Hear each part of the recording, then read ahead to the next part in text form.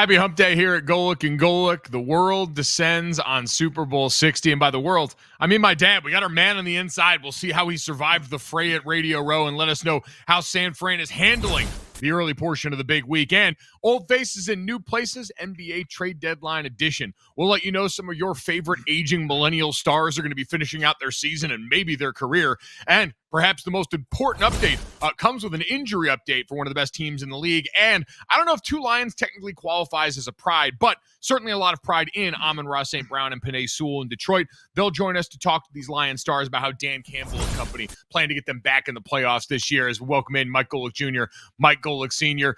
Dad made it out to San Francisco, made his first foray over to Radio Row. We got him hooked up just under the wire. How you feeling, big fella? How's the city looking right now? Man, the city getting in last night, the traffic was crazy, but, that shouldn't be a shock. It's Super Bowl week. Radio Row is, while there's a lot of people there, it's tight. And one of the biggest differences, and it's not Radio Row anymore, pardon me, it's Media Row, because it used to be Radio Row when it was just friggin' radio. Now there's cameras set up everywhere, and the way it's set up, you have to duck. You're walking in front of streaming cameras and such. It's a bit of a hectic mess is what's going on.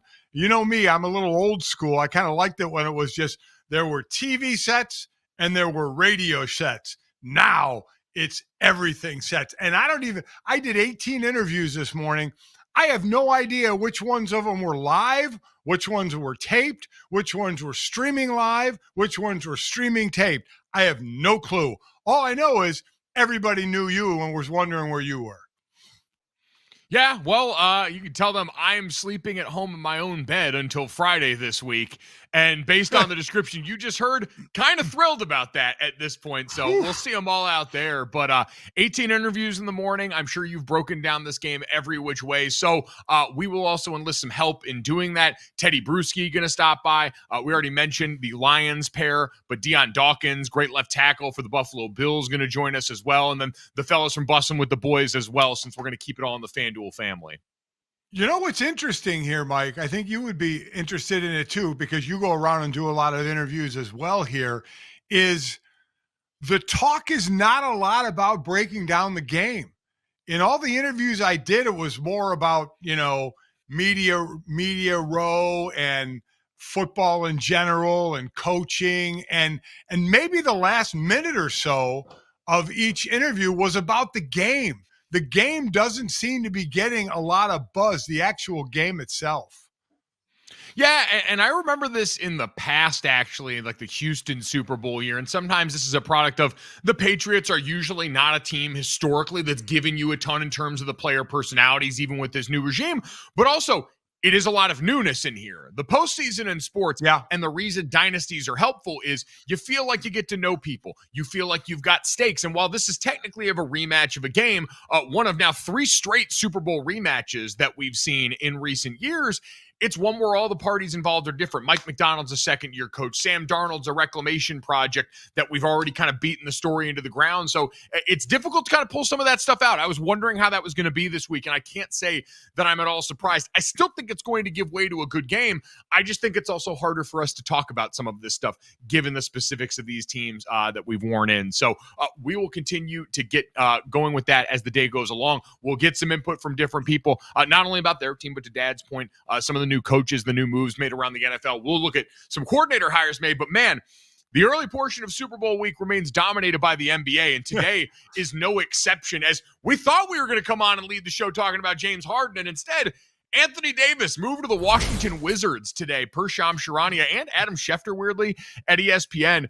But the Mavs sent the 10-time All-Star to the Wizards in an 8-player trade, as the Mavs will send Anthony Davis, Jaden Hardy, D'Angelo Russell, and Dante Exum to the Wizards in exchange for Chris Middleton, A.J. Johnson, Malachi Branham, Marvin Bagley III, 2 first-round draft picks, and 3 second-rounders. So, Dad, the Mavericks appear to be turning the page at long last on the version of this franchise that was a part of the, Nico Harrison regime that traded for Luka Doncic a year ago, a couple of days ago.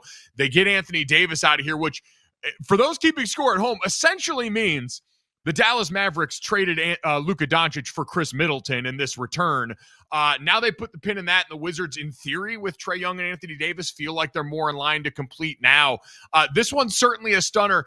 Dad, how tough is this got to be for Mavericks fans to stomach, to see what they were sold by Nico Harrison a year ago, who said this team is designed to compete both now and in the future, to then see most of that trade sold off for parts and their young draft pick at least doing well?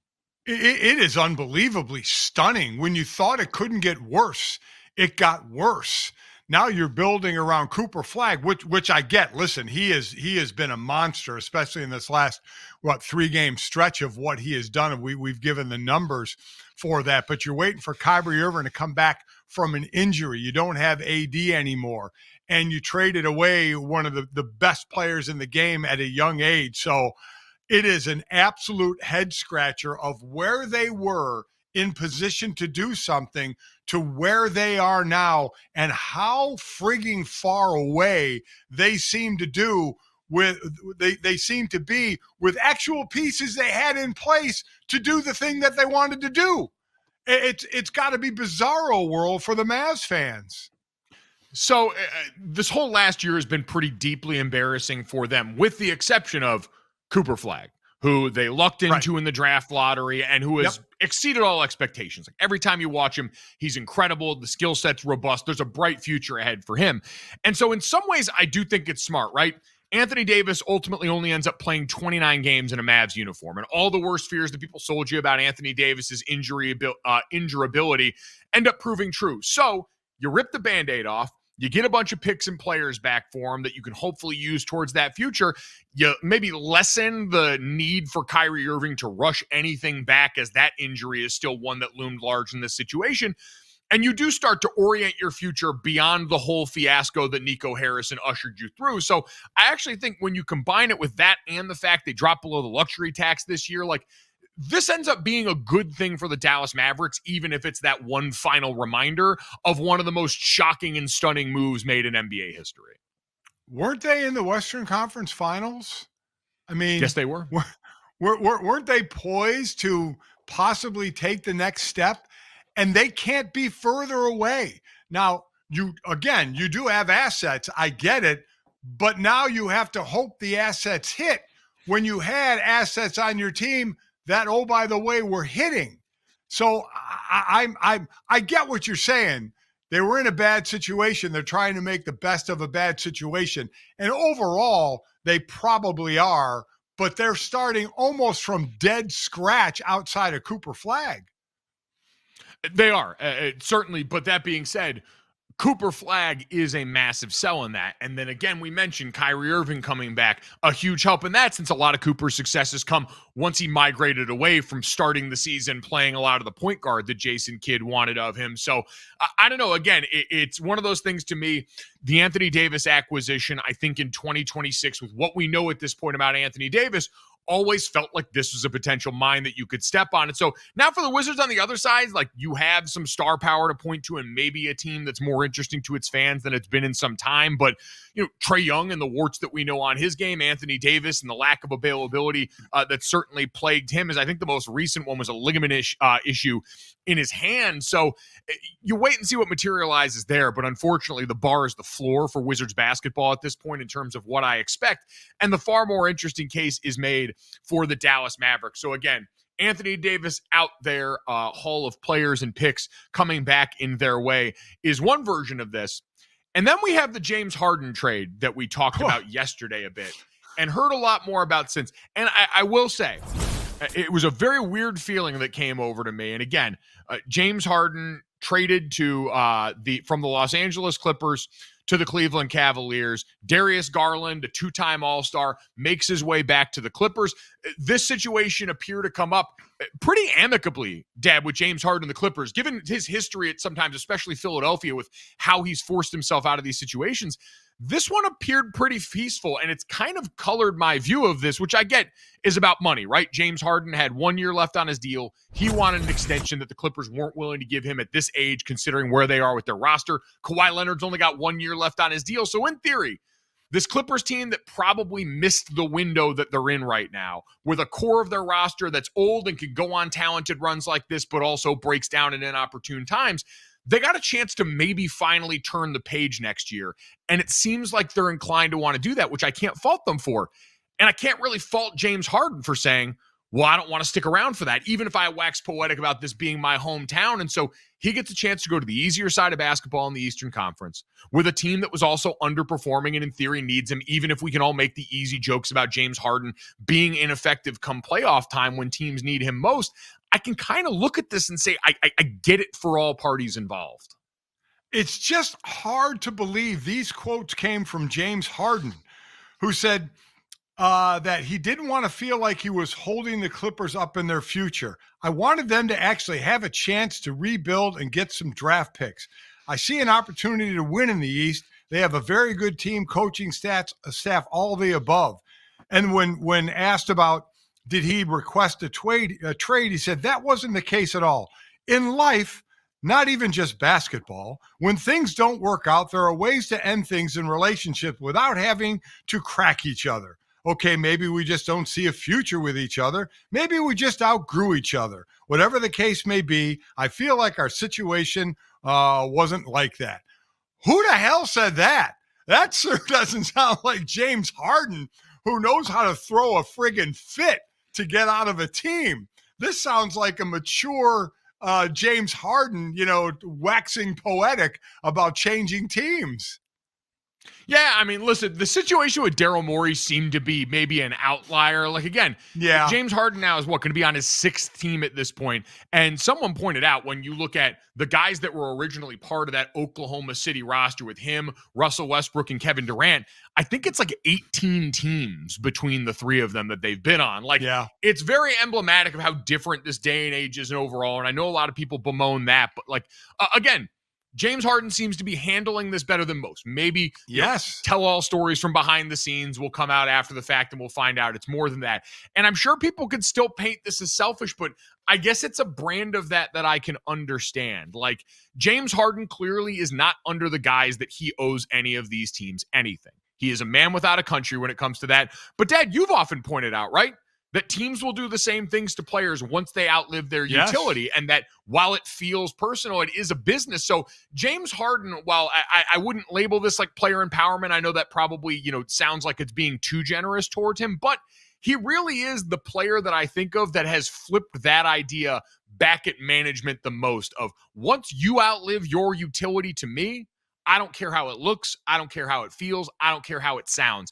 I'm going to do me and I'm going to get mine. And right, wrong, or indifferent, that's been the one due north that you can always count on. And it's the one thing the Cavs need to know, right? And I'm sure do. Like, this is a true, hired gun relationship where he's coming in, you hope you can make a run this year, and then nothing after that is guaranteed. Yeah, and let's see what the dynamics happen on that team with him going on that team, right? Because we know he's a shooter. We know he can be a volume shooter. So it will be interesting to see when you're messing with chemistry at this point of the season. Now, there's still a lot of season left to go, so he obviously can work it in there. But, but you're right. And this seemed to benefit both teams, right? So I guess that's the way you look at it. And this seems to be at least what's being said is on both sides the mature way of handling things. So, like you said, maybe we'll get a tell-all at some point that it was different. Who knows? I do think this is also the modern NBA in the second apron era, right? Like, for the Cleveland Cavaliers, this move actually with the Garland contract kind of helps them in terms of some of the apron stuff, but you're dealing with really small windows that people are trying to hit now. You don't get 3 to 5 years to try and see if this all works out. You get a couple years, and then all of a sudden the bag man starts coming over and saying, hey, you owe us a lot of money if you want to go and compete at the highest level in this league. It's why what Sam Presti has done in Oklahoma City, who's, again, in a 3-way tie for the most first-round draft picks over the next 7 years, despite having the best team in the league right now. It's what makes them such an outlier in terms of how they plan. But for everyone else, this is what the NBA claims to have wanted, right? Something that mimics a salary cap that creates a level of parity that they've seen in the NFL. Yeah, they don't want super teams, right? They don't want super teams anymore. And if you're going to bring in someone, you can't bring them in for a long time. because you'll get nailed by the second apron. So, yeah, it does seem the NBA is getting what it wants and not having super teams being put together. And speaking of super teams, we talked about it. The Cavaliers have been better as of late, but underperformed a lot during this year. Donovan Mitchell still his team, but James Harden has been awesome this year on the court, averaging 44.6 points created per game, fifth most in the NBA. One of 4 players this season, averaging 25 and 8 assists per game. And again, we'll play for now his 16, tied for the 4th most by an MVP winner in NBA history. So fascinating to watch how this experiment plays out in real time. But again, I can't believe I'm saying it. I kind of understand this one, and I don't really blame James Harden or anybody involved for how it's gone down, which feels like maybe that's a me problem and not a them problem. We still got plenty more coming up. No problems on this show, just answers and guys with Lombardi trophies. Tedy Bruschi going to stop by and talk about watching his old teammate Mike Vrabel ascend to the throne in New England and have them on the cusp of a Super Bowl victory. And we can take a look back at the flag football game that got played on a Tuesday night in Super Bowl week. Is the Pro Bowl dead or better than ever? Next on Golic Golic. We're back on Golic Golic. Mike Golic Jr., Mike Golic Sr. Dad already out seeing the sights, taking it all in. Some older white man selfies for you at Radio Row here. Sam Darnold in all his ginger glory. I can't believe there was ever debate about whether or not Sam Darnold was a ginger that we at one time had here. No debate about Drake Maye. Maybe the fact that he's got a quasi butt chin, emulating Tom Brady. But the Bay Area in all its glory through the eyes of my dad. What's it looked like so far around there? And who's the most famous person that you've seen so far around Media Row? Oh, wow. Haven't really seen anybody that famous from the athletes. Terrell Owens, I guess, of the athletes that I saw, probably the most famous of them. Saw Bryant Young. We talked about his son playing at Notre Dame, former Notre Dame great. Not anybody really outside of the sports world. I have a feeling that'll probably be Thursday or Friday if you get people outside the sports world. But it's road closures around here. We're in for like an hour ride to the stadium when you and I do the pregame show out at the stadium. It's like an hour away. That's without traffic. So it's going to be a long, long day. God help us all. You're right. Thursday and Friday, though, a much more famous couple of days, as evidenced by the fact that we're going to have Halfthor Bjornsson from the Game of Thrones series. Yes. Character played the Mountain and a guy who just deadlifts the house on Instagram all the time. So that's the level of fame jump that we're going to see as the week goes along here. But you're right. Right now is kind of the sports-centric part of the week in the early portion. So much so that the NFL thought, you know what, we'll plug the early portion of the week with the Pro Bowl. And we got that last night, a flag football game once again. We had the skills challenge in the lead up. The NFC wins 66-52 in this game here, where we saw plays like this from Jamar Chase, moonlighting as a defender with one of the more impressive one-handed interceptions that you'll ever see. Didn't quite stick the landing on the Misty flip, but everyone's got their own thing in this. We also saw plenty of multi-quarterback action here. Jalen Hurts getting the pitch, the throw and catch to CeeDee Lamb, excuse me. So a lot of eagle to cowboy action in that game the other day. Some highlight catches there, but what did you ascertain? You got there yesterday, so in theory, in the middle of all this here, what was your reception to this? Well, did you see Garrett Bowles had a couple of catches as well? Come on. He caught one 2-point conversion that was a penalty. The quarterback was past the line of scrimmage, but he had another opportunity and he caught one in the end zone. It was great. Flipped the ball pretty nicely, quite honestly. So he was very excited about that. That was very cool. But different leagues are always looking to dress up their all-star game, right? So I got in here last night and I went to look for something to eat, and I saw right around the corner from the hotel is a place called Mel's Diner from the old sitcom when I was growing up, and it's an actual diner. So I went in there and I was eating. It was phenomenal. Sitting at the counter, eating in a diner. It was great, by the way. And in walks in Mike Daryl Doucette. Now, you may not know who Daryl Doucette is, and a lot of people listening and watching may not know who Daryl Doucette is, but you will. He is the quarterback of the men's national flag football team. And remember, in the 28 Olympics in LA, flag football is going to be a first-time event. Flag football has had a real big glow up, not only in the United States, but around the world. Our women, I think, are ranked number 2 behind Mexico, and our men are ranked number 1. Actually, tomorrow night, I'm going to it because I'm on the board for USA Football, who helps pick the national team. They have a game against Mexico. The men do tomorrow night, and that's why Daryl is in town. But we were talking about, he was over at the Pro Bowl. He said he has tried to talk the NFL into, if they're going to turn the Pro Bowl into a flag football game, have an NFL team go against the national team. Because remember, there's the talk of some NFL players trying out to be on the national team. And of course, Daryl is repping his guys and his players, saying it's a different game. You know, the NFL players, it's going to be a different type of thing that they're working at. I don't know how that'll mix, that whole thing. But he's obviously caping for his players as well. But he was saying in this exhibition game for the Pro Bowl, why not get an NFL flag team to go against the national team? It would, because the game last night, there was a lot of laughing and joking and everybody having fun, kind of like the basketball all-star game when it's 200 to 190. And this would be a little more of a serious game without the hitting, still not the hitting involved, and would pit the actual flag football guys against the NFL players. It'd be interesting from the liability standpoint, because I just keep thinking of what's driven us to this at this point, which is the injury factor. Because the flag football folks would probably bring it and toe the line because they felt disrespected. Daryl Doucette, who you mentioned, is the one who infamously said that he would be a better flag football quarterback than Patrick Mahomes. So they feel some type of way. And when challenged, I'm sure the NFL guys would feel some type of way. And by the way, he told me about that. He said, I should know they're going to take part of what I said. Because he said, I did say that, but I also said if Patrick Mahomes spent any time in flag football, he would far surpass what I've done, right? If Pat got used to the flag football game, he would be a much better quarterback. But, Patrick isn't. And the thing about it is, if you play by Olympic rules, there's no contact involved at all. You're not allowed to really do any kind of hitting at all. So that would take maybe the injury liability down a little bit, though. That would still be difficult. But that would be interesting little twist to make it a more competitive game.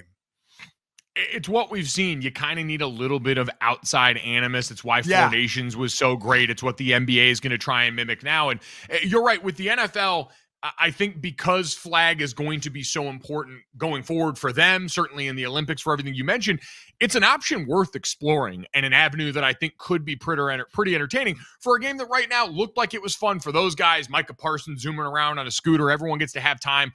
Offensive guys on defense, O-linemen scoring, but ultimately still lacked that bite that I think was really going to grab people and pull them in. If you don't do the flag football game, my advice has always been and will forever be, and I don't think it's any more of an injury risk than what we saw last night, let them play a pickup basketball game. You do NFC versus AFC 5-on-5, and I swear to God, you will get competitive hunger like you've never seen it from these guys, because every football player thinks they're better at basketball. Coming up, Tedy Bruschi probably didn't think he was much better at basketball, but thankfully he was great at football, and he'll impart some of that wisdom on us next.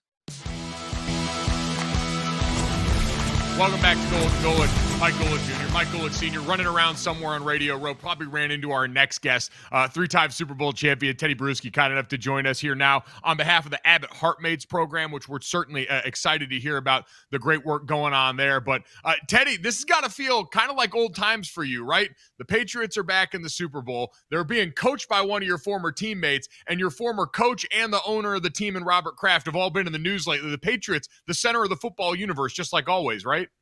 Yeah, I know. I got to remind myself, no, you're not a member of that team anymore. But even though I sort of feel like it because of everything that's gone on, one of my favorite teammates of all time, like my brother, Mike Vrabel's the head coach. And it's just everyone in New England is so excited that, the Patriots are back, and it's almost like a whole reset with a new coach and a new quarterback. But still, it's still reminiscent of the beginning.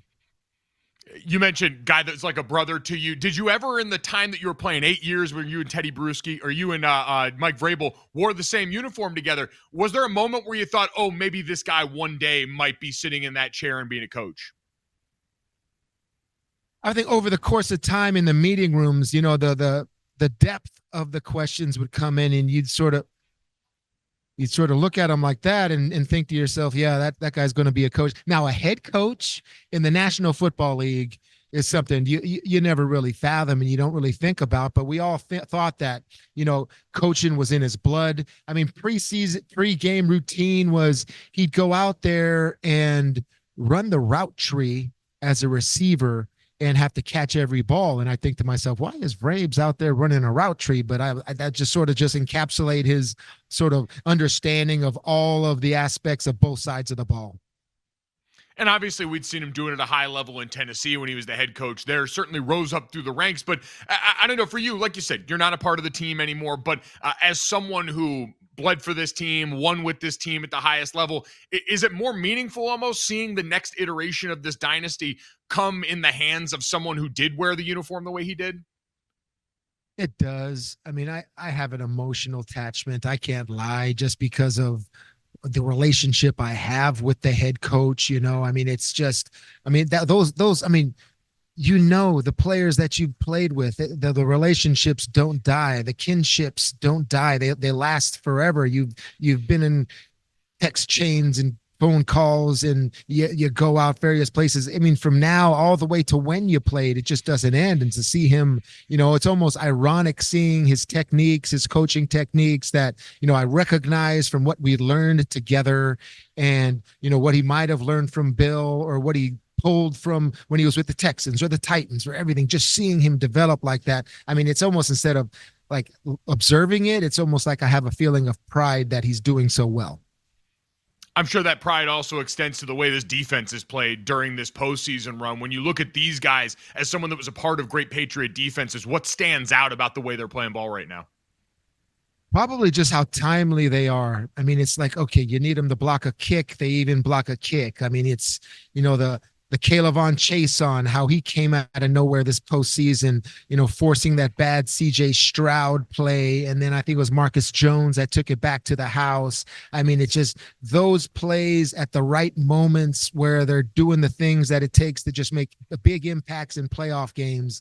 It reminds me of some of the teams that I played on, but to see dominant players also in their own right, just like, I mean, you put a Milton Williams in there, he's just going to just destroy people. Robert Spillane is a linebacker that I always enjoyed, where Christian Ellis came out of nowhere from this year. So, I mean, the names, and I haven't even started with the secondary, which might be their best group, but it's just so fun to watch for me.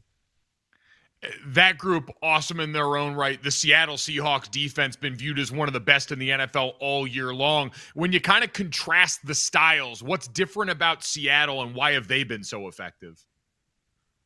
I would say the complexity a little bit. They are multiple in terms of the fronts and the schemes that they run. I think the one sort of magic piece just happens to be a very young player in Eamon Warey. He's almost like very similar to what Kyle Williams was with McDonald back in Baltimore, all the things that he's been able to do. Sometimes he's just like a big athletic Sam. Other times he's the star in sub packages. So he's a chess piece to that puzzle. Leonard Williams is so good. I mean, I know that I'm here and I do a lot of talk about the Patriots, but this Seattle team is so good. Sam Darnold, I had to be his biggest critic this year of constantly not believing what he could do, and even as they continued to do it. But it's like I can't be critical of him ever again in terms of what he did in the NFC Championship game. I mean, he can't show me anymore. I mean, is it possible that they win this game? Sure. I mean, it's the Super Bowl. It's going to be a play or two in the fourth quarter. But what Sam has shown me in this playoff run, how he just outplayed Matthew Stafford and being the big reason that why they're here. I mean, just incredible year by Sam Darnold. No question. He's been one of the best stories in the NFL over the last couple seasons. But that NFC Championship game, I'm with you, I think proved a lot of people, maybe not wrong, but erased that last bit of doubt. On the other side, with Drake Maye, interesting spot. The Patriots have been looking for their answer at quarterback, post Tom Brady. What have you seen from him early on in his career that maybe gives you hope that he can maybe not certainly touch what Tom Brady did, but be that Patriots quarterback answer for a long time now?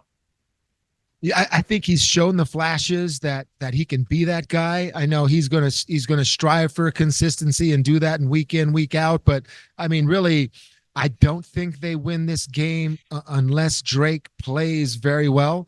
I think the learning in terms of what he's had. I mean, you can even look at the 3 playoff games that they had Golic and just sort of like, okay, well, he did learn some things and the coaches did get through to him, because the multiple times that he was sacked, I think it was versus the Chargers or the Texans, and him putting the ball on the ground, and he still got sacked 5 times versus the Broncos, but the ball was always secure.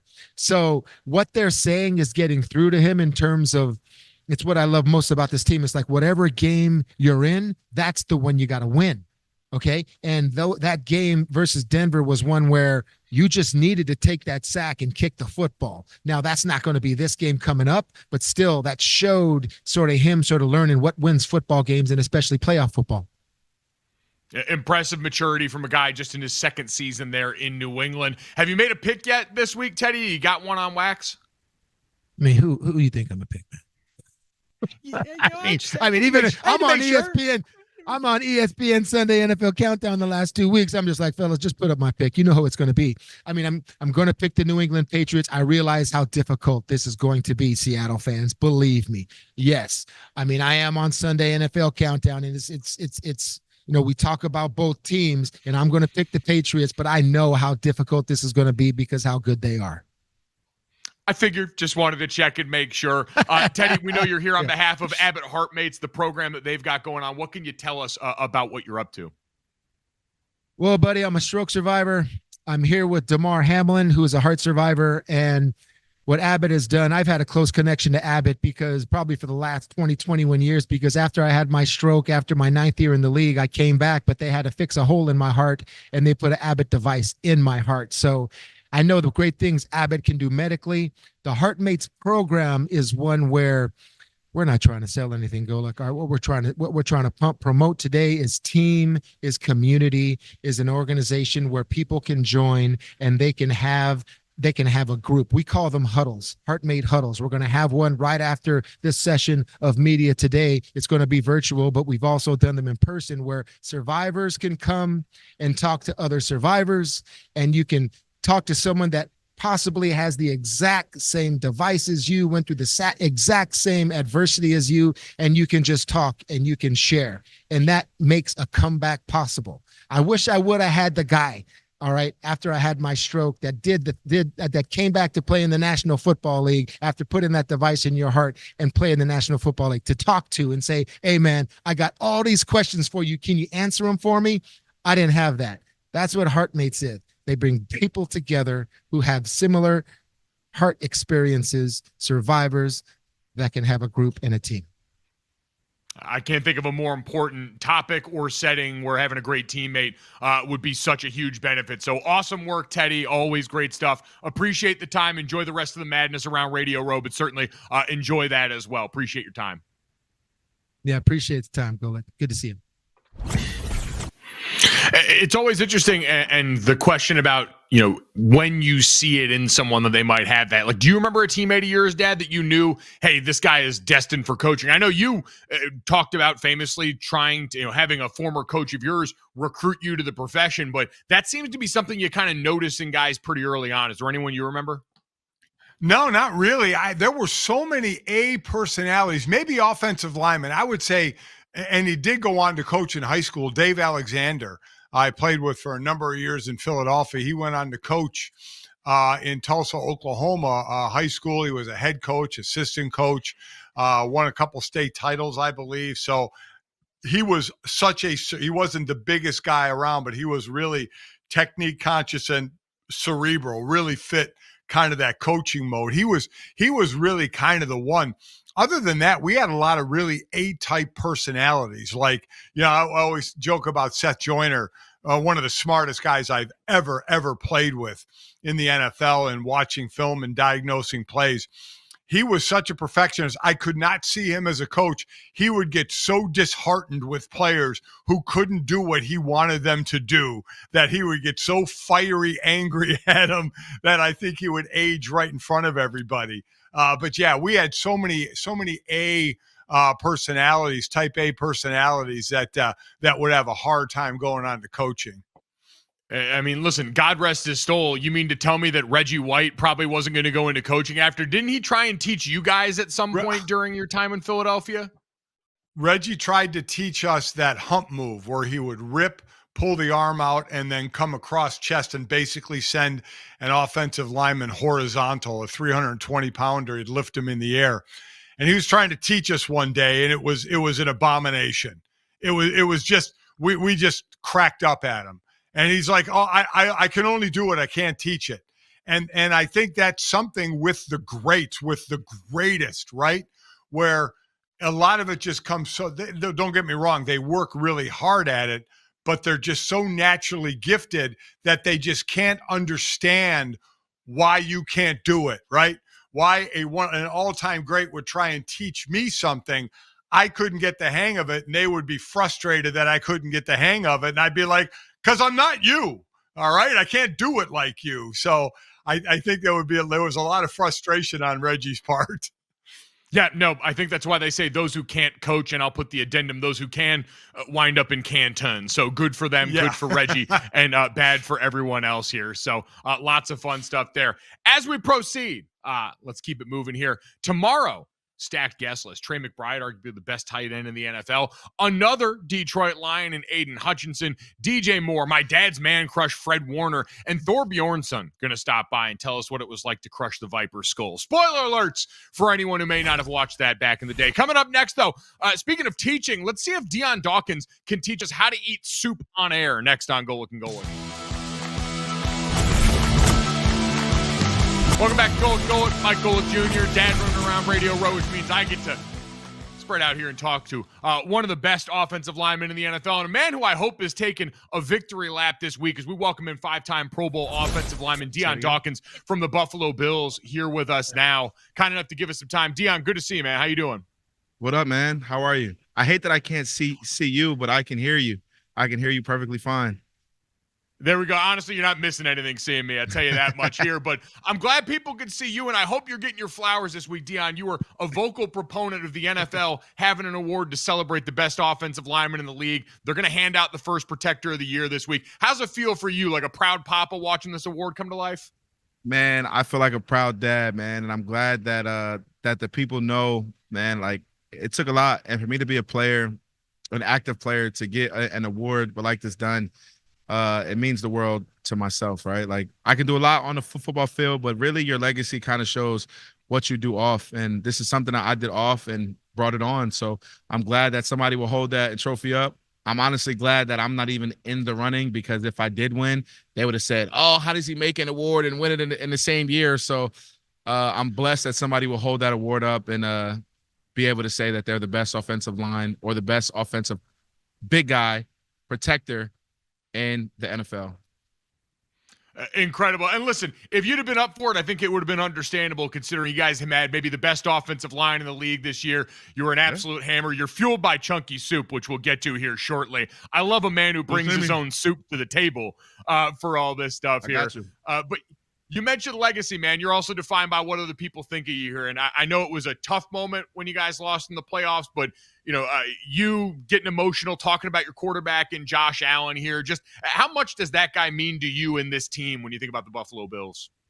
Man, Josh is the Buffalo Bills. There is no Buffalo Bills without Josh Allen.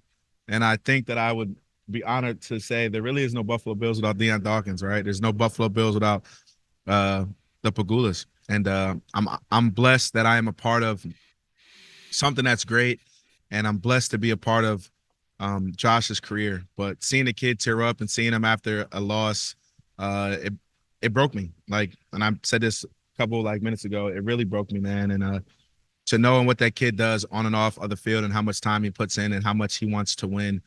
And for him to say that it was his fault or it was on me and something like that, it just broke me down, because it's not. Like, it really isn't on Josh.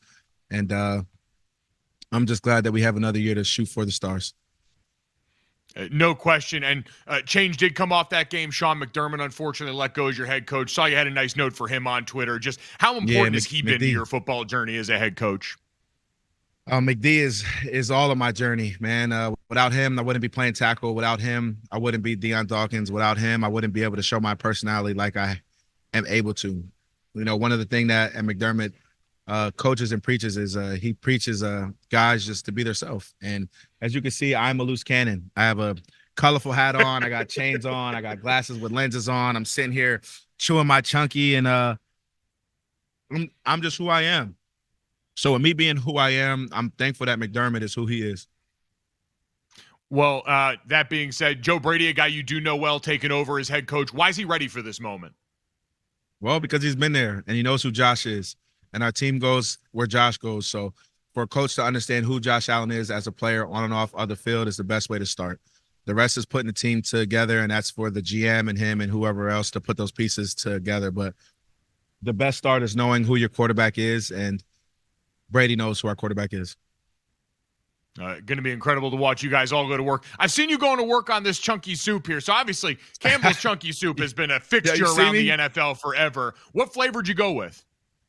Bro, I am this one. This one is mine. A chili mac, beans, macaroni, pasta, and meat. I wanted to get it fully right for you, but this is my favorite one. This is the one that I've been rocking with all day today. This honestly one has grew on me. If you have not tried it, just try it, because this one hits hard. And I like it because it's a whole meal, right? Like, I could eat like one can of that and be on my way, throw in the microwave and get right to going. But that is my favorite. You know, and I'm going to say it like I said it to everyone else. Hopefully one day I'll do the national TV spot with me and my mama with our Campbell's chicken. You know what I'm saying? Speak it into existence. No, but who knows, man? Speak it into existence. But that's what I want in my life. You know, you see it in growing up, you see it in real life, and you know, you shoot for the stars, but who knows? Love is love. Hey, there we go. Oh, look at that. See, he's got everything on. Listen, you already made an award happen here. You know what I'm saying? Who says you can't make a national ad campaign happen then? Come on, make a national ad campaign happen. Who doesn't want to see a lineman? They got my dog Jaden Daniels on there. Put a left tackle on there too. You know what I'm saying?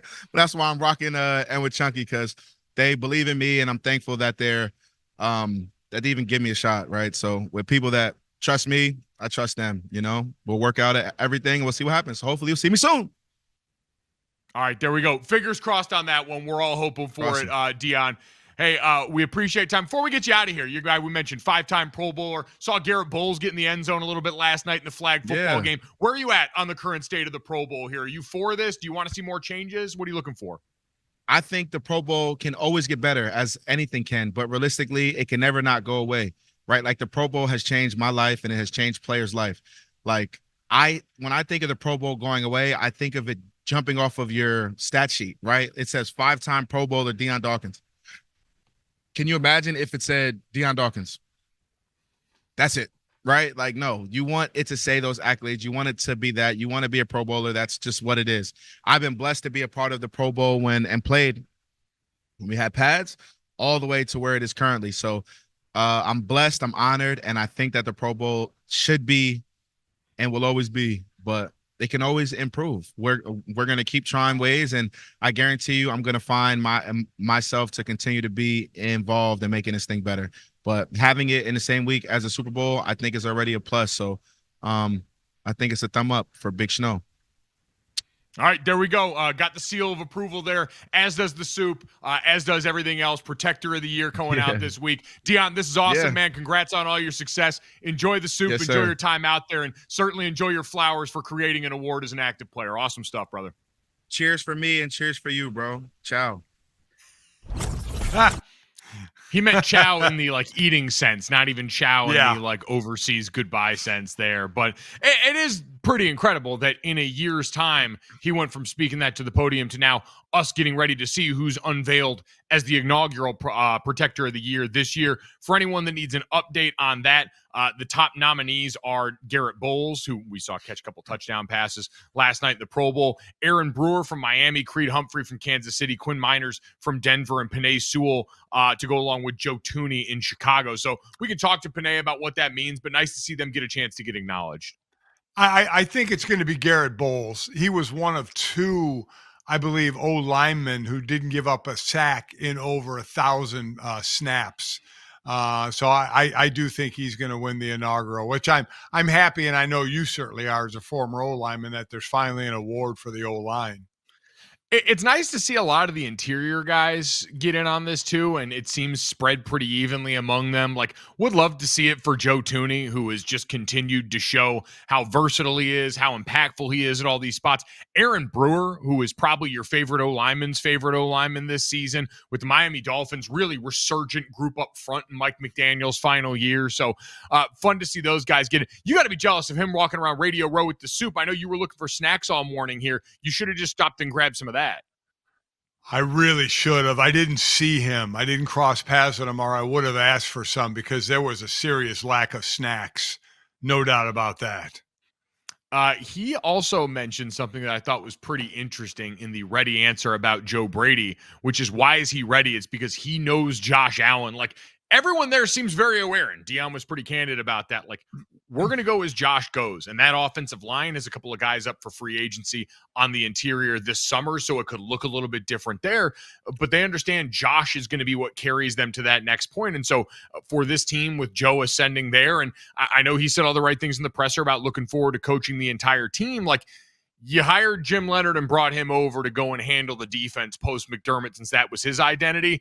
For Joe Brady, we know he is going to be judged based off what he can continue to do with Josh Allen on the offensive side of the ball. Well, I mean, you have teams like Arizona, Las Vegas, that are really looking to rebuild, right? And Cleveland looking to kind of start kind of over, where Buffalo is not. Buffalo is looking to continue what they're doing and take the next step. So I think the word continuity fits. You don't want to change a whole lot, especially on the offensive side with a guy like Josh Allen. So I think you just want to build upon it.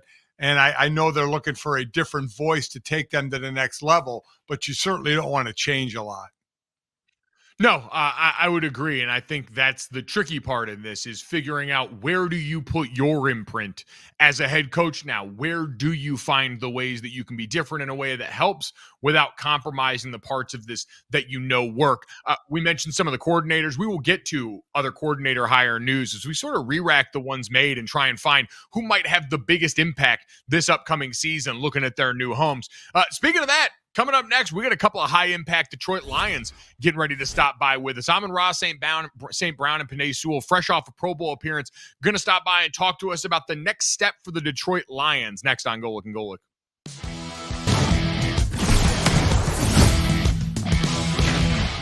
Mike Golic Jr., Mike Golic Sr., back here for another hour of Golic and Golic. Dad out in San Fran, the site of Super Bowl 60, as we'll hopefully be joined by a couple of great Lion Pro Bowler here soon, and Penei Sewell and Amon-Ra St. Brown, the Bounty Boys in the building. In the meantime, Dad, you mentioned, as this week builds toward the crescendo with the game itself, we're still getting plenty of coaching news around the NFL, but a lot more of the coordinator varieties. We mentioned we filled the last two jobs early in this week over the weekend in the Cardinals and Las Vegas Raiders, but we did get news for the New York Jets, where Aaron Glenn, still the coach for the time being, named Frank Reich the offensive coordinator of this team.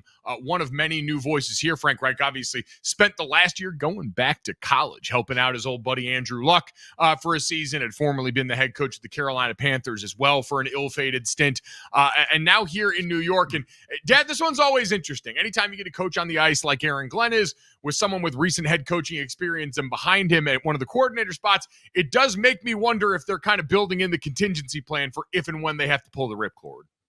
Yeah, I mean, if there's a team and a coach, because obviously the other bad teams like Arizona, the teams I just mentioned before, that were bad, the Vegas and Cleveland, already changed coaches. We weren't sure if Aaron Glenn would be one and done, but there's no doubt he starts. And again, we never want to call for firings, but we saw plenty of them this year. He definitely is going to start the season on the hot seat. I don't think there's any doubt about that. And I don't know where it's going to go. Frank Reich now is in line, since Aaron Glenn is a defensive guy, to take over full control of that offense. Who's going to be the quarterback? Who's going to be the future quarterback of that team? I don't know if they'll have one this year. They may still be in the kind of figuring out process of what they're going to do, bringing in a veteran. But this is a tough situation. This could be literally going into the season the worst team in the NFL.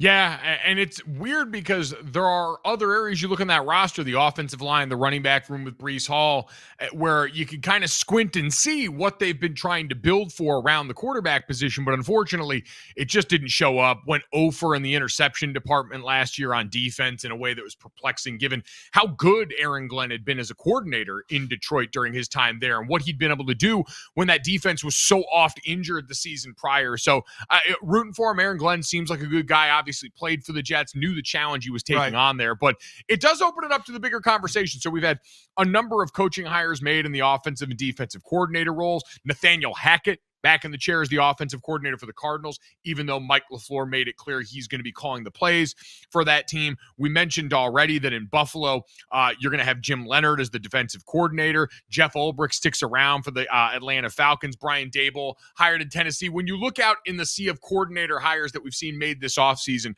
who do you think has the chance to be the most impactful next year for their team? Well, I think Brian Daboll to take the next step with Cam Ward, right? I mean, that was the number one pick in the draft. You saw some good, you saw some bad, you saw a rookie quarterback. So what's the next step? You're supposed to think sophomore year, you take that leap. We thought that with Jaden Daniels. Injury slowed that down. We thought that with CJ Stroud. Didn't happen for the next couple of years. So can it happen for Cam Ward? Now, certainly you need to be built up around him, but does he take the kind of the intangible steps, even if it's not great statistically? Does he look better and more poised as a quarterback? And that's going to fall on Brian Daboll. No, going to be massive, and the job very clearly defined there, but lots of work to do. We've talked about the comparison between them and the Patriots and Drake Maye last year, but that took a massive overhaul of the roster, the likes of which we rarely see. So he's got his work cut out for him. We know Brian Daboll had to work with a roster that until the end really didn't have a lot of the pieces you usually need to have success in New York. And so what that's going to look like for him in Tennessee, going to be hugely important. You know, guys that were former head coaches like Mike McDaniel, who now makes his way out to Los Angeles with the Chargers, it's an easy place to look, right? You get Justin Herbert as your quarterback. You get so many of the good things there. I think another guy who's in a similar position like that, and Dad, someone that was a part of that McVay tree, Raheem Morris goes back to San Francisco, where he inherits a team that we know offensively is always going to be competitive, where Rob Saleh this year really showed out kind of in a similar way to what Aaron Glenn did as the team got progressively more injured. But you think about the cavalry that's going to come back next year, Raheem Morris and that pedigree going back to his time in Los Angeles, going against Sean McVay and all that familiarity. And he's a guy that walks into a situation for a team that, if they can ever beat the injury bug, always seems to be nipping at their heels. And once again, has someone back in that building who understands that whole coaching tree and who certainly understands the challenge that defense can pose offenses. Yeah, without question. I think that's going to be another interesting one to look at. I think another one, Sean Mannion for the Philadelphia Eagles. I mean, he's 33 years old, been coaching all of 2 years in the NFL, was a player up to 23, never been a play caller, never been a coordinator. And we know Kevin Patullo last year was a first-time play caller, and that didn't work. Nick Sirianni ended up calling the plays. And it seems Mannion is going to call the plays, or at least start that way, for a job that was turned down by more than a few experienced offensive coordinators. So that, to me, is going to be real interesting with an offense that was full of drama, full of injuries on that offensive line, and not a real passing game that had a whole lot of imagination. it's going to be real interesting what this 33-year-old brings to the table. Yeah, certainly the offensive line health seems like it's probably going to be the biggest indicator of future success there. But also, I think coming off this year, the bar's kind of back pretty low for Philadelphia in terms of what you need to do. If you're the new coach that comes in and you can actually have some purposeful motion, get them under center a little bit more and vary the play calling, like there's stuff that all of us morons who talk about this see from the outside that seems to be a quick, pretty easy fix. And so I'd imagine for them, there's the challenges with the quarterback that are going to be interesting. But I do think, and the more I went through this list of coordinator hires, the one I kept coming back to is actually one that was able to be retained. Now, we know so much of the conversation around the Cleveland Browns and Todd Monken was centered on this idea of, hey, Cleveland wants to hire a coach that's going to allow them to potentially retain Jim Schwartz because the defense was really good.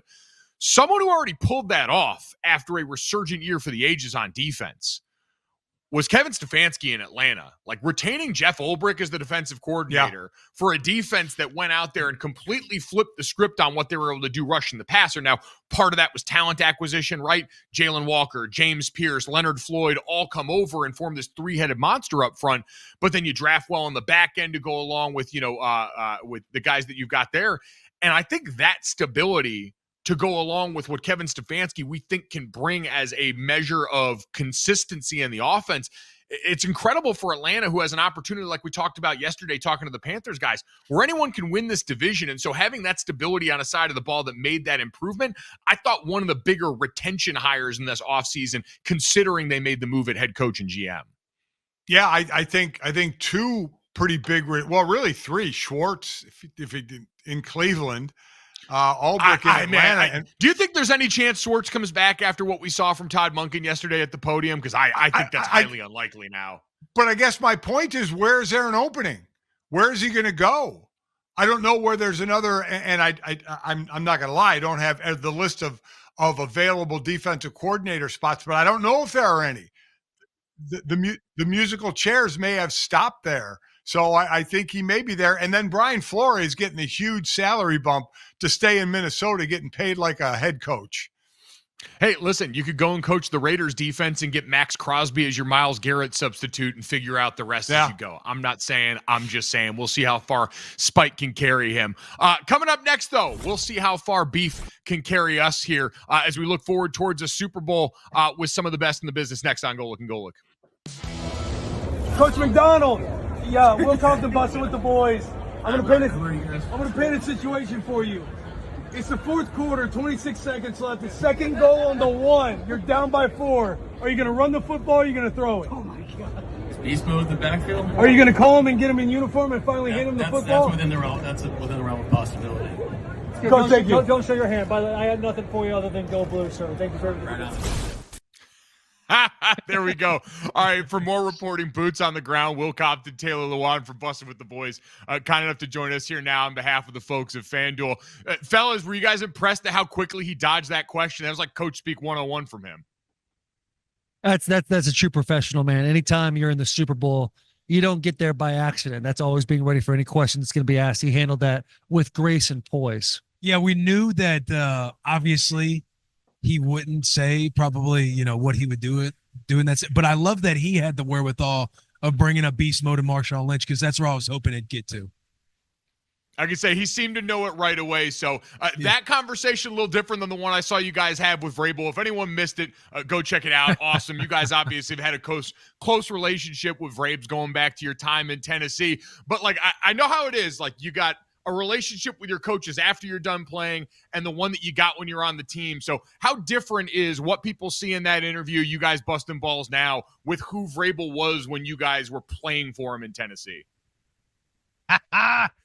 I love this question because there's iterations of it that is how it was. But the fear that was in my body when he would joke with me, because I didn't know if he was like busting my balls or kind of my insecurities where he takes like a personal shot because I'm not on punt return because my arms are too short. He completely owned me mentally as a player. And I feel like mine and Vrabel's relationship has done nothing but grow when I'm not on the team. Like the year I was off and played for the Raiders, me and him, he's like sending me selfies when he's on vacation. I'm kind of like, oh man, this feels way different than when I played for him. Then when I was back on the team, it's like he joked with me a little bit more, but it was a little bit more professional. But then when I was off the team again after he cut me, it's like we've just became boys. It's just done nothing but ascend since I've been on the other side and not playing under. Yeah, for me, Mike Vrabel, from the moment he stepped in the doors in Nashville, Tennessee in 2018, he owned me mentally. He would always pull me in his office and be like, hey, our best players have to play the best in order for us to win. You need to play better because of X, Y, and Z. It was always a new bar that was set. And we've been removed. You had a different standard. I had a different standard. And he leaves, he cuts me, he leaves. And I'll be honest, nothing's changed. He just continues to own me mentally. I'll send him things myself and he'll just say, hi, buddy. Like he just thinks I need attention, which is very true. I like to sit back and just watch Will and Vrabes talk and joke with each other and think to myself, I'll never get there, but I wish to God I was. It's incredible. You know what? This is refreshing, though, for anyone who's ever had that relationship with a coach. That mental ownership always seems to be there a little bit. But I don't know. You guys also saw how that worked and clearly how much Tennessee missed him and how quickly it's worked over here in New England. Like from the player side, outside of the clear mental ownership, like what's the thing that separates Vrabes in terms of his ability to go and turn it around this quickly at a place where he wanted his player? Yeah, I think the biggest thing for Vrabes is his incredible attention to detail. We were just talking to somebody earlier about team keys, and he'll have 3 offense, 3 defense, and 3 special teams team keys. And every single guy is expected to know all of the team keys. So we'll use an example of him as a defender. He'll go up after practice. He'll get the whole team around. He'll talk about how practice went, reiterate a few things that we need to do better. And then he'll be like, hey, Will, what's the offensive team keys? And then he goes into situational football every single day. And then Friday, he has a teach tape of showing the week prior mistakes that other teams made and mistakes that we made. And this is, there's good, bad, and then gets you beat. And the gets you beat is the thing you don't see the Patriots doing at all. It's impressive. We were at get you beat too. He's got to if whoever it is, if they don't turn it around quick, it's my job to get you beat off the table. Yeah, take it off the table completely. We were at their camp in August, and you're walking around, you're like, oh, Drake Maye's probably going to take a step in year 2. They'll probably have a bunch of culture wins. But from a roster standpoint, we looked at it like this is like an 8-win team this year. So they have exceeded expectations, and it's been by attention to detail. You watch the way the defense plays, and they've gotten the most out of that wide receiving core as well. It's been incredible. And to add on to that, one thing he does that you'll understand and appreciate for people that are out there watching or tuning in. All of my head coaches outside of Mike Vrabel, you would kick off maybe every day to where the head coach speaks to you for a few minutes before you break up into coordinator meetings or position group meetings or defense and offense. And the majority of coaches, they speak for a few minutes and then you break up. Some head coaches, they might talk at the top of the week and you might not see them again until the end of the week. Vrabel holds a team meeting to where he could be going for about an hour leading up in his special teams meetings, but the meeting starts at, let's just say 8 a.m. 8 a.m. every morning. Vrabel is up in front of the team talking. So when Taylor's talking about the offensive keys, defense, and special teams keys, he's always going by that rule of 3 no matter what phase he's in. He's got a methodology when you're in OTAs. He's got a methodology when you're in training camp. And then week to week once you're in the season. But this man is up in front of the team every day, the start of the day, for about an hour before you break into special teams, O&D, whatever it is. It's incredible. It clearly set a tone, helped turn this thing around completely. You guys mentioned the roster was really interesting. So much turnover and the young guys they put into big spots. Like Taylor, Will Campbell's been a huge topic of conversation. I want to go back to your rookie year, being a guy that was highly drafted, the expectations from there. How difficult is the transition that Will's been going through, and especially post-injury? Like, what have you seen from him in terms of the challenge he's got in front of him? The thing that I love about Will, and I've had the opportunity to speak to him a couple of times throughout the season, and then an opening night on Monday. We talked about the rookie wall, and usually that hits right around the first week of December. Your body, from a college standpoint, is usually like, all right, we get a small break here before we're going to go into bowl games. Winning fixes everything. So I asked him about the rookie wall. He's like, to be honest with you, I haven't really felt it because we've been winning. He knows he's got to play better, but if you look at the defenses he's had to go against, wild card, division, and AFC, it's like those are 3 top 5 defenses. And a big reason why they're top 5 defenses is because of the pass rush. So he's had a lot of criticism. A lot of it is justified in a lot of ways. But I'm really encouraged by the way he's grown throughout the year. His techniques have gotten better. And when he has struggled, you see it on film where he gives up a sack or a pressure or gets beat, and the next play it doesn't look like he's second guessing anything. So he's got all the makes, he's got all the intangibles. People want to talk about the arms. I think it's a ridiculous argument, but he's got everything to be very successful in this league for a long time. Will Campbell's a guy that's quietly going to play 15 years in the NFL, and everyone's going to be like, this guy's pretty. He's just kind of incredible. He's got Andrew Whitworth type of upside. Man, I think a comp that anyone would be lucky to have if they're a young player coming into this league. So awesome to hear for him. Will, I know you guys were over at you guys were over at the Pro Bowl the other day here. I know you guys were judging the kicking contest and stuff, but then we get the actual game last night. Like, where are we at with this at this point? Pro Bowl got moved to a Tuesday. It's a flag football game now. Like, are we looking at the dying days of this, or is there a fix still out there? The fix would be an uphill battle getting the players to do anything more than they're doing right now. But I think as like a viewer, I'll be honest, I didn't catch any of the Pro Bowl game last night. I would see clips, and then I'm like, oh, yeah, the Pro Bowl was on last night. Garrett Bowles went off. Yeah, I heard Garrett Bowles went off. I heard Jalen Hurts did a tush push in flag football. But I hate it for the user experience. From a player perspective, like I guess I get it as well. You get awarded. You get to have fun out here for a week. It's light on the body. You don't have to be concerned going out there and playing. But I know if you're from home, if you're at home and you're watching it, you would love to see some kind of stakes in there to where there is some excitement around the Pro Bowl, like some excitement to tune in and watch it. Yeah. But right now, again, on the customer side, I don't know what you do. It feels like it's dying every year. Yeah, to me, it seems like with all the competitions with the tug of war, the big guy dodgeball, the 7-on-7, it seems like a massive opportunity from a social standpoint to be on the internet all week and show some of these players that are much more loose. Like this, the Pro Bowl has much more of an OTAs vibe where guys aren't taking things too serious. They're having a good time. So you're able to see there's a perfect clip of Jalen Hurts and Joe Burrow, who are two guys that when they get on the podium, they're very well spoken. They have coach speak from a quarterback standpoint, and you see them laughing and giggling, and you kind of like smile to yourself like, okay, they are human. I think that human element is something that you can capitalize on from a social media standpoint, but from a viewer's perspective of the 7-on-7, it is very drawn out. And I think having a game is much better, much more fun for the viewer. But if you want these players to play, I think the only real fix is real money on the table. And also it's like, even from the aspect of their skills competition, I remember when I was younger and they would have these skills competitions with all, you had all the Pro Bowl players. I remember D'Angelo Hall winning the 40-yard dash, and I would be tuned in watching, like excited to watch that. And I know they're doing some aspects of it with like the dodgeball and the kicking competition. Number one, get it outside. Like we need to see the outdoors. We need to see the sunshine, the sunlight. But I do remember being young and they would have the skills competition, I believe, before the Pro Bowl. And I loved it. It's like quarterbacks are out there competing. You got guys racing. There's these obstacle courses where they're trying to break each other's times, where it felt fun. It felt fun to watch as a little kid. I just don't know. I would be curious to know like what the younger generation thinks of watching the Pro Bowl stuff that is set up now. No, I'm with you. I remember watching that as a kid. They used to have like guys. I remember seeing Jason Taylor out there incline pressing like 300-something pounds. They're putting guys under the bar out there. It was sick. So I'm with you. I hope they would bring some stuff like that back. The Pro Bowl always seemed like such a special thing for the guys in that opportunity. So we'll see if it ever gets there. This week, though, no issues getting ready for this one. Obviously, we talked a lot about the Patriots. Is that your guys' pick for this game? Are you guys both on New England on this one, or how do you see it? Will? Oh, I love Vrabel, but I'm going with the Seattle Seahawks, Mike. This is, to me, it's got Seattle Seahawks written all over it. Seahawks are damn good.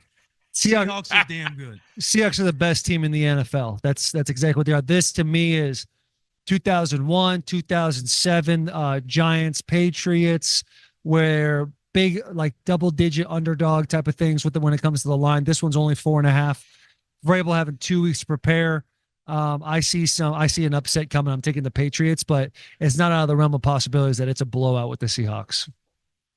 All right, beautiful. Lots on the line here. You guys got the big, nice sweatshirts on. I'd be remiss. What do you guys in FanDuel got cooked up for this week? Last call for football. Last call for football. Celebrate hard. You're going to be a little sad because football's almost over, but play with a plan. Gamble responsibly, but it's the last call for football. Profit boost happening daily. get in on the action. I love Stevenson over on his rushing yards. He's been averaging 16 throughout the playoffs, 16 carries throughout the playoffs. I love that as I'm going in on that, and then I'm also taking Seattle. I'm going to tell you this right now. You definitely want to, game responsibly. We're going to celebrate the last week of football. You're going to be sad. You're going to be in a depressive state from, next week until probably when the sun comes out again in the springtime. But Drake Maye, over 36.5 rushing yards. He's going to use his legs quite a bit, especially with a lot of these zone blitzes coming. There's going to be holes for him to run. And then also Booty, touchdown. Think about it. There we go. Plenty of game from the boys to fatten up the wallets before we go into that seasonal depression after the game here.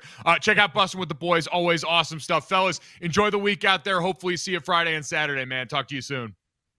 Appreciate you, boys. Mike, thank you, brother. Love you. Miss you. Awesome stuff from those guys. Awesome stuff available to you here at the FanDuel Sports Network app. NBA and NHL fans, if you got to miss a live game, just catch up on the game replays on the app. As soon as the final whistle blows, watch every highlight, every big moment, all in your choice of a 5, 10, or 15-minute condensed game. You just got to download the FanDuel Sports Network app today, and then you can watch all the games. It's going to be great, I promise. Coming up next, did the college football decision makers and overlords actually find a way to unite us all? Next on Golic and Golic. Welcome back to Golic and Golic. Mike Golic Jr., Mike Golic Sr. Been a busy day around these parts here. Thanks to all our great guests. Going to be a fun day tomorrow as well. It's Radio Row. It's Super Bowl week. It's Media Row. I'm not there. Dad is, but sort of. You get what I mean. It's been a busy day. So much so that we feel the need to insert this three-point stance right now because my brothers and sisters in Christ, you have missed some things on the NBA front here. And so let's try and get you caught up on everything that's been going on around here. Let's start with the bread man on the ice. Artemi Panarin traded to the Kings. The Rangers sent the forward in exchange for prospect Liam Greentree and a conditional third-round pick, according to ESPN's Adam Schefter and Emily Kaplan. Yeah, Shefty doing hockey and basketball news today. I'm confused, too. The Kings and Panarin already agreed to a 2-year, $11 million extension, according to sources as well. So bread for the bread man, and I'll continue to say that. Meanwhile, in the NBA, watch out for those Charlotte Hornets, winners of 7 straight games, and now acquiring Chicago Bulls guard Kobe White in a trade that also sends Mike Conley to the Charlotte Hornets in exchange for Colin Sexton, Ousmane Dang, and 3 second-round picks, according to Shams Charania. And this been a whirlwind day and a whirlwind trade deadline for the Hornets, who, again, winners of 7 straight, 8 of their last 9, could be vying a play-in spot. And file this under things I did not have today. The Clippers, the Nets, and the Toronto Raptors have agreed on a multi-team trade that would send Chris Paul to the Toronto Raptors, along with Ohai Agbaji, and a 2032 Raptors second rounder and cash to the Nets. That's how you know you've fallen on hard times when we get to the cash considerations portions of the potential trade. Remember, Chris Paul, an abrupt exit from the Clippers after a disagreement that saw him sent home from a road trip in Atlanta. There were reports of him and Ty Lue not on speaking terms for weeks, citing maybe the difficulty of Chris Paul's style as a leader and teammate at that point. So a strange end, and kind of maybe the story of the day, right? Strange ends to some of the most prolific careers in the NBA. Certainly James Harden seems much more inclined to affect the outcomes of this season, but for Chris Paul, this just seems like kind of a fart in the wind at the end of what's been one of the best point guard careers of all time. 12-time NBA All-Star, plays 16 games with the Clippers, supposedly has a beef with the head coach and they're not on speaking terms, gets sent home from an away trip, gets traded to Toronto. Toronto tells him, don't bother even showing up. They may move him again before the trade deadline or just not play him. And he talked about it being the last season of his career. Talk about going out with a whimper. Wow. I mean, that is just an amazing ending to what was a pretty amazing career. Yeah, we talk about all the time remembering all-time greats in different uniforms, which we've had to wave bye-bye to in the NBA, considering all the different machinations that we've talked about of this. But this certainly less than stellar for Chris Paul, who complicated, as we know, as a player on the court, certainly a legacy off it, but a guy who has been an important part of the NBA conversation for a decade plus now, and going out this way, kind of wild. Much more, I think, impactful news for this season was the news around Shai Gilgeous-Alexander that also got reported today. Not a move here, but suffered an abdominal strain in their game against the Orlando Magic and going to be reevaluated after the All-Star break. All you can hope for, Dad, is that this is the Sam Darnold variety of abdominal strain that clearly had no impact on him. But SGA, one of the smoothest movers and drivers in the NBA, a guy who routinely finds his way to contact. I know his detractors will say it's a free throw merchant, but this is a guy who certainly you worry about that with his style of game and hope that this time off around the All-Star break can be what he needs to come back and still have them in position to do all the things they want to down the stretch of this season. You know, this you want to talk about something that could possibly derail the best team in the NBA, and that's something like this, right? Now, it doesn't seem like it's too serious, but it'll certainly going to miss a little bit of time. But just the word injury to basically the best team, but every team goes through it, right? It's just a matter of when you go through it, how serious the injuries are, how many people are hurt, and if you're going to get healthy, when do you get healthy? They have, a 6-game lead over San Antonio in the West. So hopefully this is just a blip. Listen, early on, I was really the one who brought it up on the show more than anybody else. Their chance of breaking Golden State's record of 73-9, finishing better than that was waved bye-bye to a while ago. Now it's like, okay, is the injury bug going to start rearing its ugly head? Yeah, it'll be interesting to see, right? They've already dealt with the beginning of the season, no J-Dub on the court, and now in the later portion of the season when they've had him off, the offense has struggled a little bit. It was fun to talk about, and I think when you start 25-1, you're allowed to have those conversations. Yep. And then you get reminded really how difficult that all is. So you've got that certainly hanging in the balance. For OKC, who also made a trade, OKC gets Jared McCain from the 76ers in a trade that sent a first-round pick and 3 seconds to the Philadelphia 76ers. We also had Lonzo Ball as a part of some action here today. The Jazz, who had acquired Lonzo Ball in the trade, agreed to trade Lonzo Ball and 2 second-round picks to the Jazz, did the Cavaliers. And according to Ball's agent, Rich Paul, the Jazz are expected to release him now, and he's expected to become a free agent. So that'll be interesting to monitor him. Certainly disappointing tenure in Chicago. Didn't go the way anyone thought it would this year. So not all that surprised about this one. Tell you what's interesting to keep an eye on here going forward, though. And I saw him address it yesterday pretty bluntly. Draymond Green's name's popped up a few times in terms of what the Golden State Warriors might do here going forward. This is a team that a lot of people talked about as potentially motivated to get into the Giannis sweepstakes before it got to this offseason, given the fact that the Jimmy Butler injury kind of threw the back half of the season into doubt for an organization that ultimately wants to do right by Steph Curry more than anything else. And Draymond Green, say what you want about him, understood the game and got to the podium and basically said, hey, if this is the best move for Golden State at this point, I've had a better run here than most people could ever expect to in their careers, which I thought was unusually candid and forgiving from a guy who I figured would rightly at this point believe he'd earned the right to finish off the career the way he wanted to in a Golden State uniform. But maybe after Clay, he kind of realized that that's probably not going to be like that for anyone but Steph. It's two guys that we thought would handle it differently, and him and James Harden that have handled it incredibly businesslike. Now, if you asked me which two, one of them would handle it more businesslike, I would have said Draymond Green. For as polarizing a player as he is, I do think he understands the business of the NBA. But still, two guys that have had some interesting interactions with teammates and with coaches and the such, and with teams and management. They both handled it extremely professionally. I was amazed to hear Draymond Green talk about it just like he's a business person doing a business transaction. Yeah, it's maybe at this point where you get to it and you see the writing on the wall. And again, I do think, like we always talk about when a coach gets fired, everyone realizes you can get got. When they were willing to send Clay out of there, you kind of had to recognize if you're Draymond. Yeah. I think there's only one anointed one in this building, and it's understandably Steph Curry, given his station in the NBA and given what he's meant to that franchise. And everybody else at the end of the day can become expendable. So it'll be interesting to see if Golden State can actually do that, because obviously the thought would be if you're going to move someone like Draymond Green, it would be for the kind of big game that you want in Giannis. But are the Bucks inclined to do something like that then? Is that enticing enough for them? Or Are the moves that we've seen from a team like the Minnesota Timberwolves clearing out some cap space quietly over this week going to be the kind of thing that keeps them around the Bucks in that sweepstakes until the offseason when you can get more teams like the Timberwolves, like the Knicks involved around and after the draft? I did one of the interviews I did this morning was with a Milwaukee station, and they swore up and down that Giannis does not want to trade, does not want to leave Milwaukee, and is stunned at all the talk of him possibly leaving Milwaukee. Now, listen, that may just be a hometown radio station not wanting Giannis to leave, but they were emphatic about it, that he does not want to leave. As he's built a life there and wants to stay there.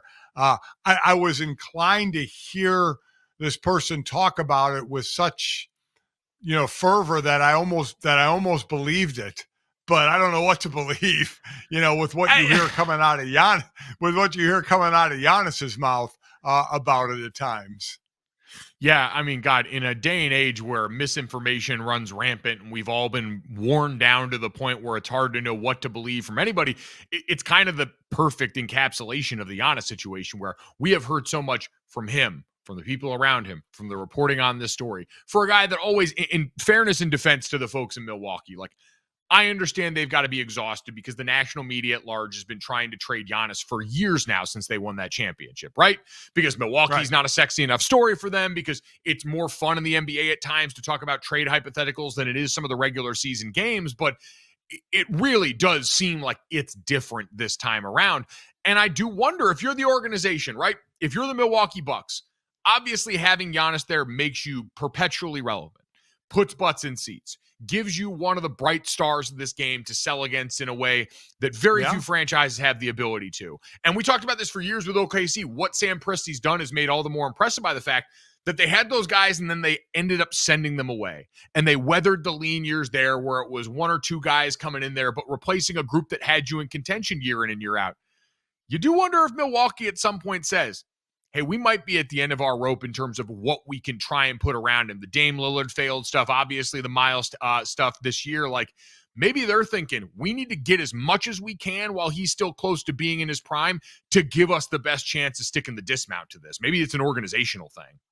Yeah, but they lose their draw then, right? They lose their whatever cachet they had to say they had a chance to get something, even though they may not, because they're not building well around Giannis. But he's their only draw. He leaves, they go back to anonymity, right? And then it's a matter of, can they build back up? Dallas is kind of one step ahead of that by having Cooper Flagg to build around. But if you get rid of Giannis, you're completely starting over. You become irrelevant. You don't have a draw on that team anymore. Yeah, I mean, it's so different from the Luka situation, right? And the fact that no one, including Luka, wanted to leave there. They had just recently made a deep run in the playoffs and did luck into the number one pick. Man, how bleak the situation would look in Dallas if you had not looked into the top overall pick and gotten Cooper Flagg, considering the news we saw today of Anthony Davis getting traded. So going to be fascinating to watch. It's been a flurry of moves here. We'll keep you posted as the trade deadline coming up tomorrow afternoon will be, I'm sure, exciting all the way down to the wire. But data rarity in the world of college athletics. You've bemoaned all the time, and understandably so. It's really hard to get anyone to agree on anything in the world of college sports, whether it's the conference commissioners trying to agree on the way to move forward with the sport, anyone trying to figure out how to govern this sport, how to punish in this sport, how to set the rules and guidelines that need to make it feel more digestible. One group may have actually brought everyone together. I have rarely seen so many people in agreement that something stinks quite the way it was when it was announced, the changes in the upcoming schedule for the college football playoff in the next couple of years here, as they put out the schedule for the 2026-27 college football playoffs that include the quarterfinal matchups that will kick off Wednesday, December 30th, skip New Year's Eve, and then pick up Friday, January 1st in the Rose Bowl 2 days later with the Cotton Bowl and the Peach Bowl alongside. Then 2 weeks later, we get the semifinals. Then 2 weeks later, and then some, we get the national championship game played. It'll be 38 days between the first round game and the title game played. And as Josh Pate pointed out on Twitter, November 14th in week 11 will date-wise be the mathematical halfway point between the beginning of college football season and the national championship that gets played. Dad, who does this serve? Why is this happening? Why did they do this? We all thought it was going to go the other way, right? They would start the season earlier and finish earlier. Oh my God, this is horrific. Who the hell agreed to this? It's bad. And for a number of reasons, like the calendar has been the discussion in college football. While you see an angry Lane Kiffin who probably sees more of himself in the future if we let this go. Like Lane Kiffin is one example of a coach that was in an interesting situation. We saw two more in the group of 5 coaches that were both coaching on teams that they were not going to be coaching the following season. And if you extend the playoff this much, you risk even more of that. You risk a more complicated version of the transfer portal that now is one time in the beginning of January that would be right in the window of what we're talking about going on here. Where this all comes from is a fear of having to stack up with the NFL, right? For people that are unaware, there was an actual law passed that blocks off Saturdays for college football until a date in the middle of December. And then after that, the NFL gets to do whatever they want, and college football knows, hey, that's not exactly who we want to be doing business against when it comes to trying to maximize television eyeballs. But this goes a step too far. Like even in the NFL postseason, which I was looking, Neil Payne does a Substack who lined up the college football playoffs 12-team playoff field and the NFL's 14-team playoff field next to each other date-wise.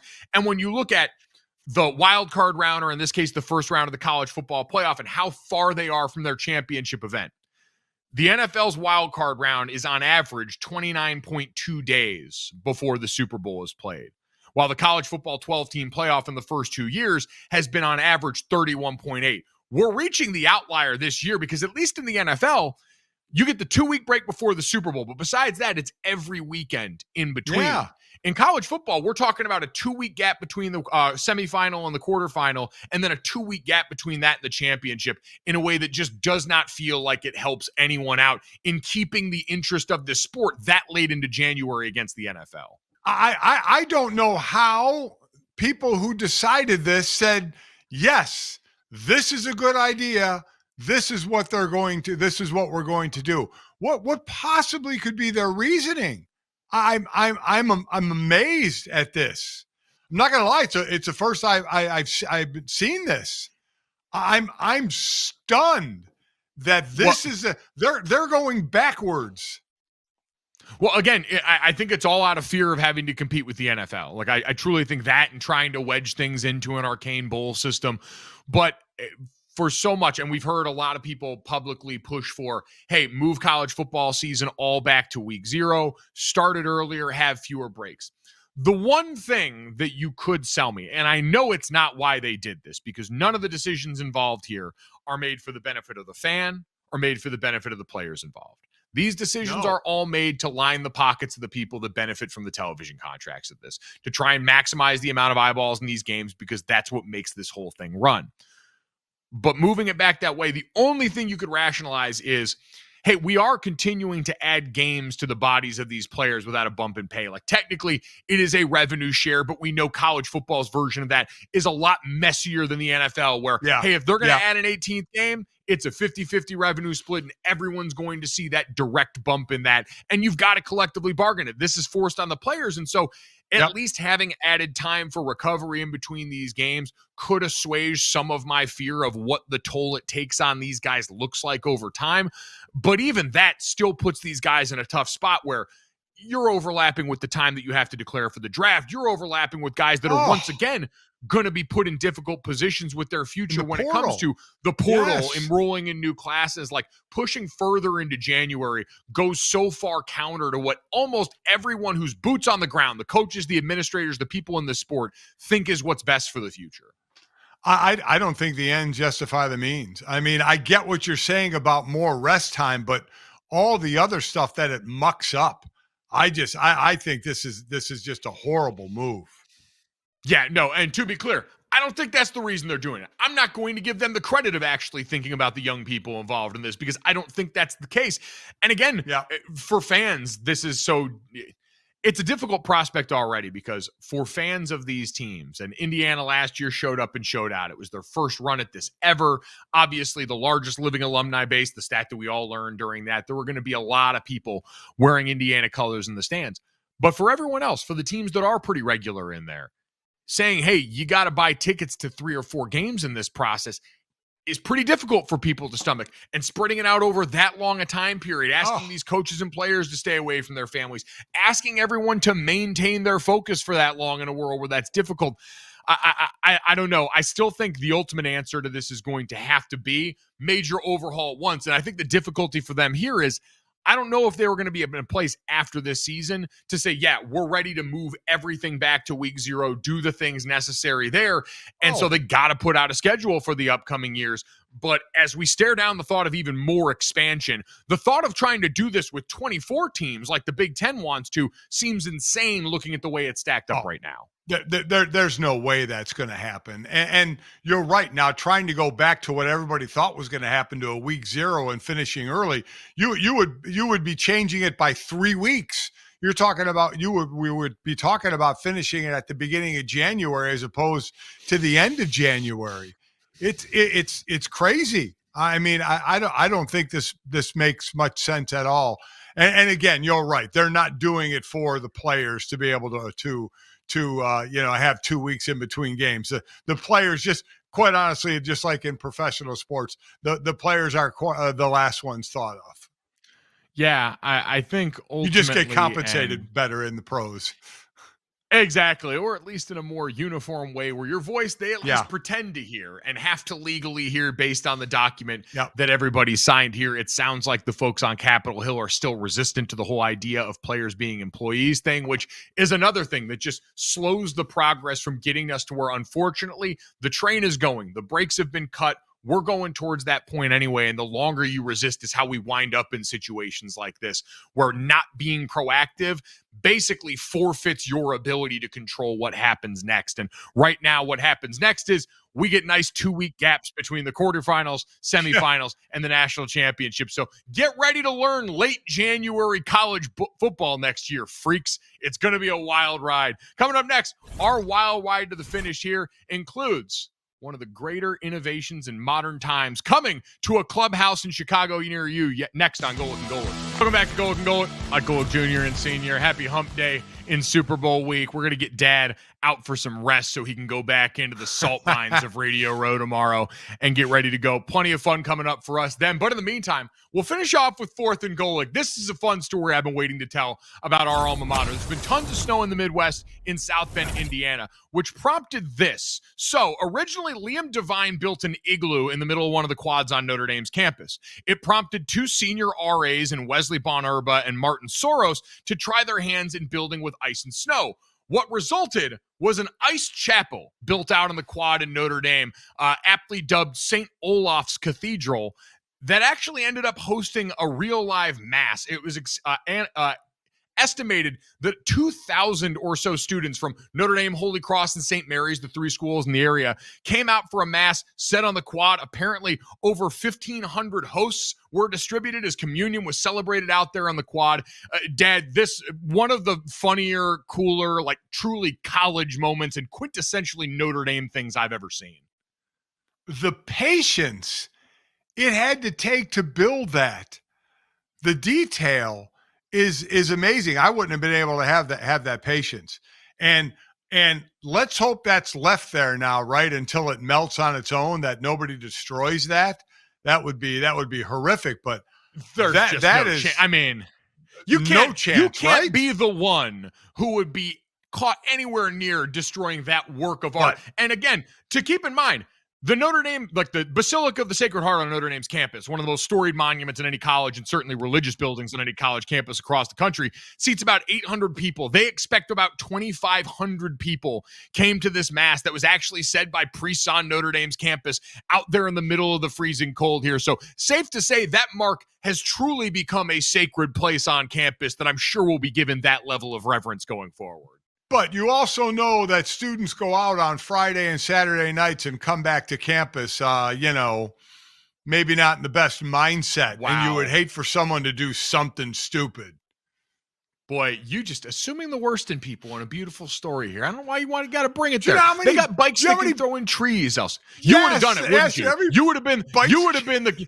You would have been the one. You'd have come back there, hopped up after penny pitcher night at Senior Bar, whatever the hell you guys used to do, and you would have yeeted some bicycle through the beautiful cathedral built out of ice on campus, you monster. I already would think I would try and run and slide through it from front to back. Oh my God. God, you know what? Literally, God help us all. Let's finish off with a story that might be more up your alley. I actually don't know where you stand on this. So, speaking of front to back, the White Sox signed Japanese slugger Munetaka Murakami, who apparently had suggested they add bidets to the locker room. And so now added to right field here, bidets in the clubhouse here, which, Dad, for me as a bidet lover and someone who's got one here at the house, what a gift he has helped give this franchise, because these are elite. I have never used a bidet in my life. I don't know what they feel like. I don't know anything about them. But I'll try it. I'll try it. You know what it feels like? About an extra half hour in the bathroom than I would usually spend. I'm going to go head back to mine now. We'll see you guys here tomorrow right here on Golic and Golic. Thanks for watching. For more Golic and Golic clips, make sure you subscribe to the FanDuel Sports Network YouTube channel.